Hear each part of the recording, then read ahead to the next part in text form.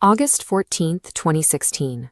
It is approaching midnight on National Highway 12 in Malda, West Bengal. A commercial cargo truck crawls to a stop on the dark, deserted road. The driver is sweating, his eyes darting to the rearview mirror.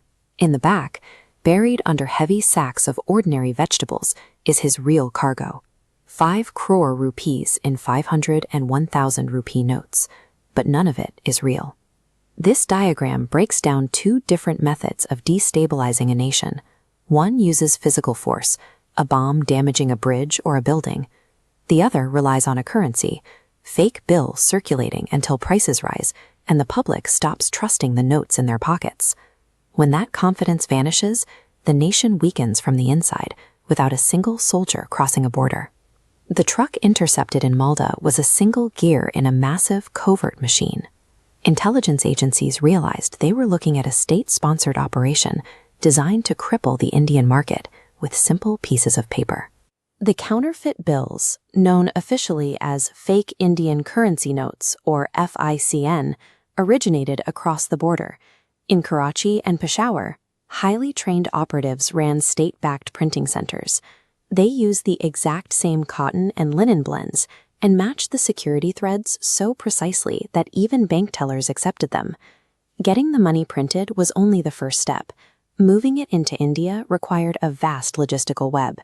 Smugglers pushed the cash through the dense forests of the Bangladesh border, funneled it across the checkpoints of Nepal, and quietly shipped it via small boats along the coastlines of Gujarat and Maharashtra. By 2014, the National Investigation Agency, the NIA, was actively hunting this ring. But they ran into a roadblock, a cell-based structure. In this network, each operative connects to only one other person. A local runner knows exactly who hands him the cash and exactly who he delivers it to. He knows nothing else. If the NIA catches a runner here, the link immediately breaks. The local smuggler cannot betray the mastermind because they do not know who the mastermind is. The structure acts as an automatic firewall. Snatching up low-level couriers would never stop the flow of cash. To kill the operation, investigators had to map out every single hidden connection, all the way to the top, before making their move.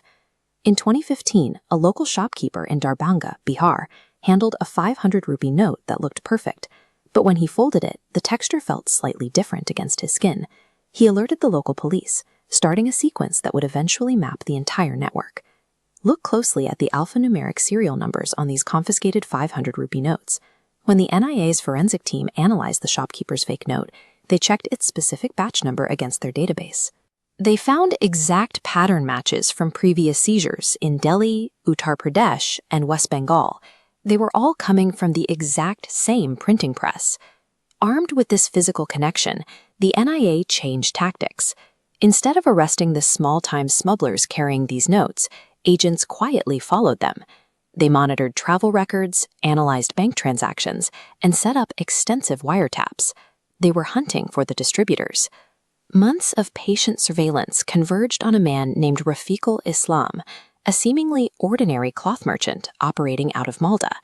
Rafiqul emerged as a vital middleman, receiving bulk shipments straight from the Bangladesh border and passing them to regional couriers. The NIA deliberately let Rafiqul stay on the streets. By monitoring his incoming and outgoing calls, they used him as a live tracker, allowing his own routine operations to pull investigators up the chain of command.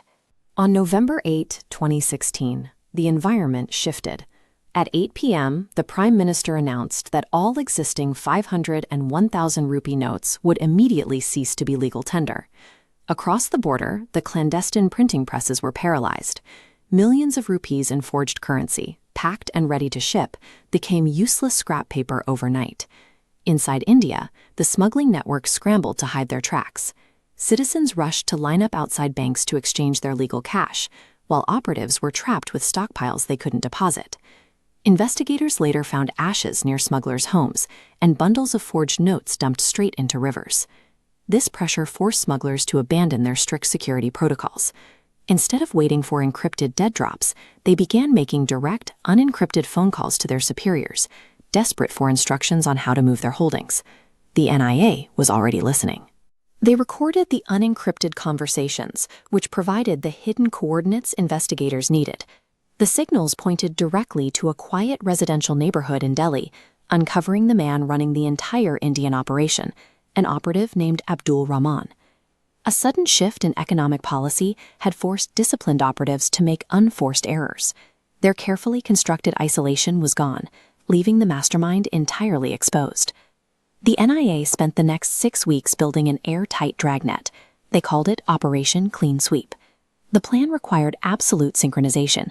If agents raided one location too early, the rest of the network would disappear into the shadows. At exactly 2 a.m., tactical teams struck simultaneously.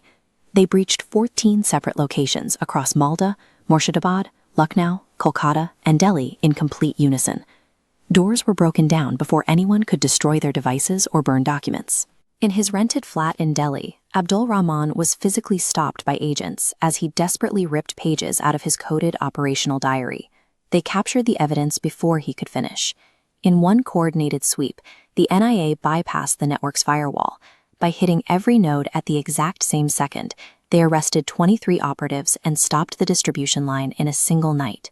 Forensic teams recovered enough of the diary to document 70 crore rupees in counterfeit cash entering the Indian market over 5 years. The entries were not just numbers, they were delivery schedules and routing codes for a shadow business operating against the state. That 70 crore represents thousands of individual losses. It is the stolen labor of a farmer who traded real crops for a fake bill. It's the 10-hour shift of a rickshaw puller and the savings of a pensioner whose physical cash was rendered totally worthless. The courts recognized the gravity of these crimes. Abdul Rahman was convicted under the Unlawful Activities Prevention Act, a severe anti-terror law, and sentenced to life in prison, while 22 other members of his network received long prison terms. But the printing presses across the border have not stopped. Smugglers have established new routes, adopted advanced digital communication, and are already attempting to clone newer currency designs.